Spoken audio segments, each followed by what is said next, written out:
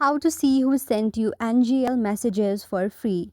Hello everyone, my name is Smile and in this video I'm gonna show you who sent you the NGL messages for free. So to know how you can do it, watch this video till the very end.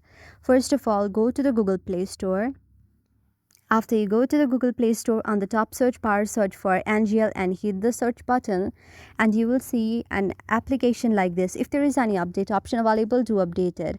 If not, then you can simply open your NGL application. Now you can see on the inbox your messages here. So to know who can see, so just to know who sent this messages, tap on the who sent this option.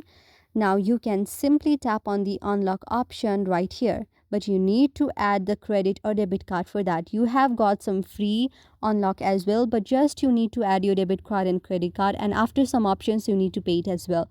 So when you tap on that option, you can see who has sent you the messages on NGL. So I hope you like the video.